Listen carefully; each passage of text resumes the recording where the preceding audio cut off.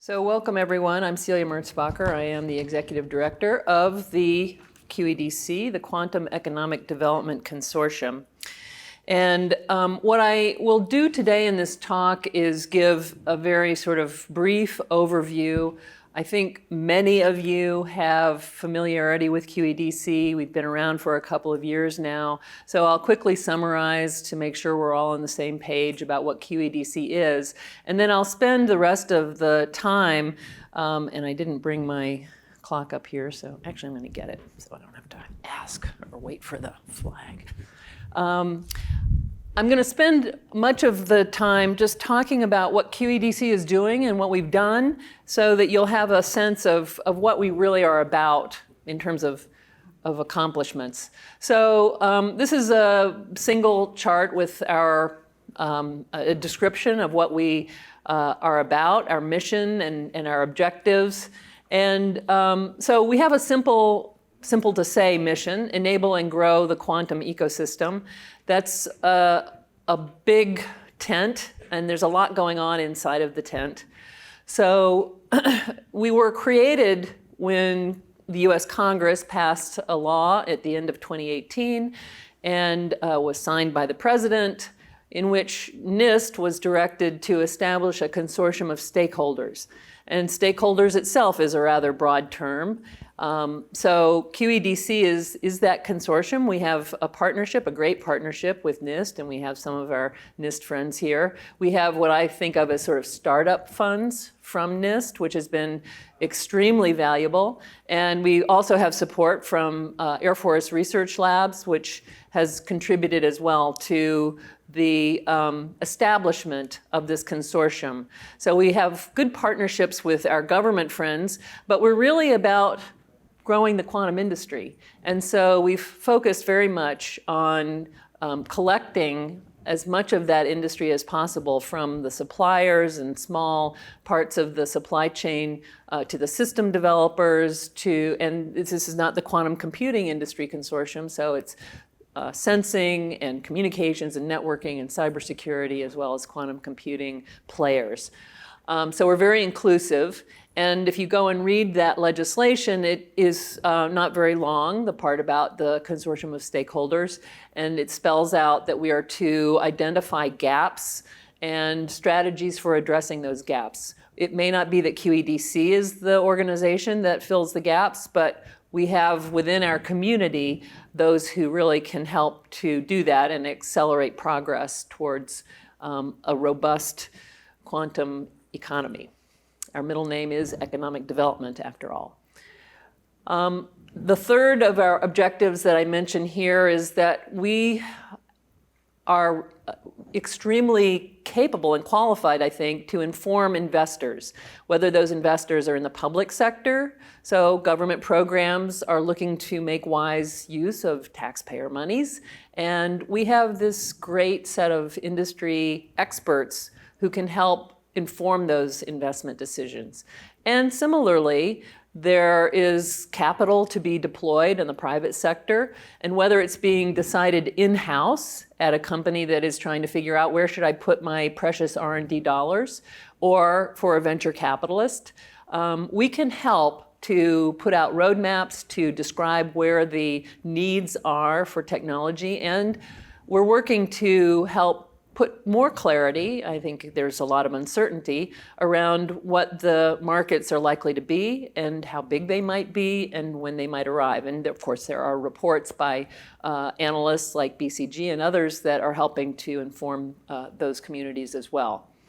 And at the end of the day, a consortium is an association. It's about bringing people together and making connections so that, again, the goals of the group can be achieved more quickly. And we have many examples of members making connections that led to projects, led to government-funded grants and awards, and business relationships. So that's really what QED-C at the end of the day is probably most successful at already, in a way. So this slide just lists the sort of substructure of the organization. So QED-C is managed by SRI International. That's the company that I work for. SRI was chosen by NIST to establish the consortium. So QED-C is not itself a legal entity, at least not at this time. We have a steering committee that's elected from among our membership. And then where the real activity happens is in these technical advisory committees. And I show here on the right the technical advisory committees that we have established, including the newest one, which is called Quantum Law. And it's exploring all kinds of areas where quantum and the law intersect, legal aspects, export control issues, regulatory issues, intellectual property, wherever there might be areas where, again, this collection of experts can help inform legal communities and decision makers. Policy is often coupled into that. We're now have a group of people who are thinking about that, and if you're interested, contact me and I'll tell you more. So now I'm going to transition to several slides that are about some of the things that we have done, mostly within just the last year. And it took some time to kind of get up and operating, so we're producing more and more. There sort of is a lot of momentum that's gaining. So I think that those of you who were here on the first day of the meeting saw Bob Sorensen's presentation on the second annual quantum computing market forecast. And this is just a slide from his presentation on different algorithm categories and where the respondents to the survey that he did just in the fall. It was quite recent. He did it over a very short period of time. And that snapshot of, I think, some 112 different organizations, there were a few more respondents, but there were 2 from some organizations, showed that there's an estimated, in 2021, almost $500 million quantum computing market business, that the growth is likely to be around 22%, and so the projected market is pushing $1 trillion, 900 million, in 2024. There's a lot of uncertainty around these numbers, but we do the best we can, and we look forward to keeping this forecast up to date periodically. Most of the respondents to the survey are still relatively small in terms of the size of the company as defined by their revenue, less than 500K. And in the question about, this isn't really a surprise, and this is completely consistent with the first edition of the survey, cloud access to these resources is likely to be dominant, not 100%, but the dominant way that users are going to use quantum computing going forward, at least in the near future. And then there was a question, and he didn't emphasize the difference between last year and this year, the question about where the areas of application are most likely to be. The first one, the biggest one, is sort of the one that's current, research areas, R&D. But then below that, cybersecurity was sort of the second most frequent answer this year, which I don't think was the case last year. And finance, and then if you kind of combined chemical industry and pharma, they have a lot of common types of problems, then that was also a large area. And so you can see machine learning and optimization and modeling and simulation. I think we're all familiar with these application areas, not any big surprises there. So hopefully each year we'll be able to get additional information and better understanding of the market and watch it grow. So I hope that everyone maybe got this in their bag when they registered for Q2B or when they picked up their badge. We just this week released a guide to quantum safe organizations. This is really a report that's aimed not so much at this audience, but at what I call the long-suffering CIO or CISO, someone at a company whose responsibility it is to make sure that their IT systems are secure. They've heard about quantum computing. They know that maybe it's going to break encryption. They don't know when. They don't know how to keep track of it. Their job is to have some kind of a budget that's going to ensure the security of their company's systems. And so this report is aimed at them. It's got information. It does just some sort of descriptive information about the issues around security and the risks and threats or whatever challenges posed by quantum computing. So, and it concludes with advice on what companies can do, what those CIOs can do now, and what they should be prepared to do, and where they can get additional information on what's coming. And what they need to do next. So feel free to point anybody to this report, and we're going to try to get the word out more broadly as well. And thanks, shout out to Jim Gable there for leading that project. Great job, Jim. This is another, and those of you who have been at this meeting, you may have seen some of these types of charts in other presentations. So we put out our first edition of a benchmarking tool. Again, this is published on arXiv, and you can go and read the whole paper. I think it's our first effort to come up with some methods based on algorithms and applications, not based on numbers of qubits and some of those other ways that early on comparisons were being made. And you can see the authors here. We had representatives from many QED-C member companies, and Tom Lubinsky led that project. And we will continue again to refine and develop more useful benchmarks, hopefully going forward.